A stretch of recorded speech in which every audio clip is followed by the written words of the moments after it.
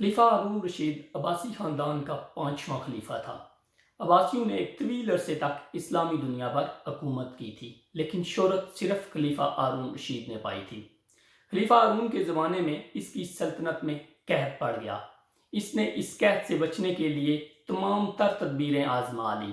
اس نے غلے کے گودام کھول دیے، ٹیکس معاف کر دیے، پوری سلطنت میں لنگر خانے قائم کر دیے، اپنے تمام وزراء اور مشیروں کو عوام کی مدد کے لیے موبلائز کر دیا، لیکن اس کے باوجود عوام کی حالت ٹھیک نہ ہوئی۔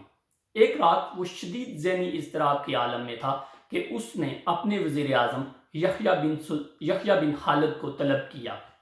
بادشاہ نے اسے کہا کہ اسے کوئی ایسی داستان یا کہانی سنائی جائے جو اس کے دل کو سکون اور قرار دے۔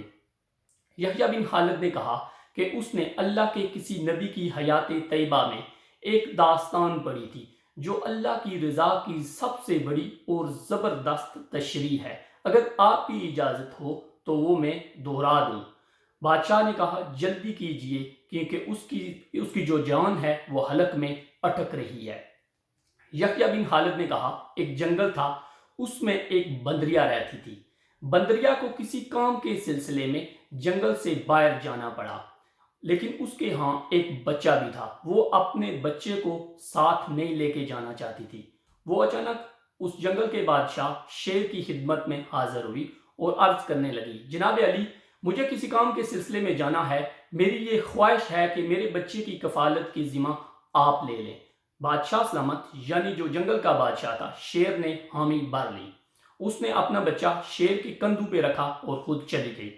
اس کے بعد وہ جو جنگل کا بادشاہ شیر تھا وہ ہر روز اس بچے کو، بندریا کے بچے کو اپنے کندھوں پہ اٹھاتا اور جنگل کی طرف نکل جاتا اور اپنے روزمرہ کے کام کرتا۔ ایک دن وہ جنگل میں گھوم رہا تھا کہ آسمان کی طرف سے ایک چیل نے ڈائی لگائی اور اس بندریا کے بچے کو شیر کے کندھوں سے اٹھایا اور دوبارہ آسمان کی طرف غائب ہو گئی۔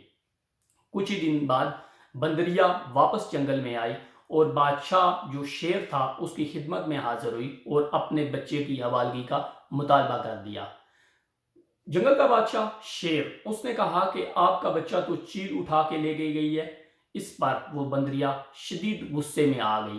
اس نے کہا کہ آپ ایک بچے کی کفالت کا ذمہ پورا نہیں کر سکے جو میں آپ کے پاس امانت چھوڑ کر گئی تھی۔ آپ اس پورے جنگل کے نظام کو کیسے سنبھالتے ہوں گے؟ اس جنگل کے بادشاہ شیر نے کہا کہ اگر کسی زمین کی طرف سے کوئی آفت آتی، کوئی اٹیک ہوتا، کوئی حملہ ہوتا تو میں شاید اس کو روک سکتا تھا، لیکن آپ کے بچے کی طرف یہ جو حملہ تھا، یہ مصیبت آسمان کی طرف سے آئی تھی اور آسمانی مصیبتیں صرف آسمان والا ہی ٹال سکتا ہے۔ اس کے بعد یحییٰ بن خالد نے بادشاہ سلامت کو کہا کہ یقیناً جو کچھ آپ نے کیا ہے عوام کی فلاح و بہبود کے لیے، اس قحط سے بچنے کے لیے، اگر یہ مصیبت زمین کی طرف سے ہوتی تو یقیناً آپ اسے روک پاتے، لیکن یہ مصیبت آسمان کی طرف سے ہے اور آسمانی مصیبتیں آسمان والا ہی ٹال سکتا ہے۔ اس کے بعد اس نے بادشاہ کو ایک مشورہ دیا کہ آج سے وہ اپنی زندگی بادشاہ کی بجائے فقیر کی طرح گزارنا شروع کر دے تو یقیناً آپ اس مصیبت سے نجات پا جائیں گے۔ مصیبتیں دو طرح کی ہوتی ہیں، آسمانی مصیبتیں اور زمینی مصیبتیں۔ زمینی مصیبتوں کے مقابلے کے لیے آپ کو انسانوں کا متحد ہونا، وسائل کا بھرپور استعمال اور حکمرانوں کا اخلاص چاہیے ہوتا ہے، جبکہ آسمانی جو مصیبت ہوتی ہے اس کے لیے اللہ کا راضی ہونا ضروری ہوتا ہے۔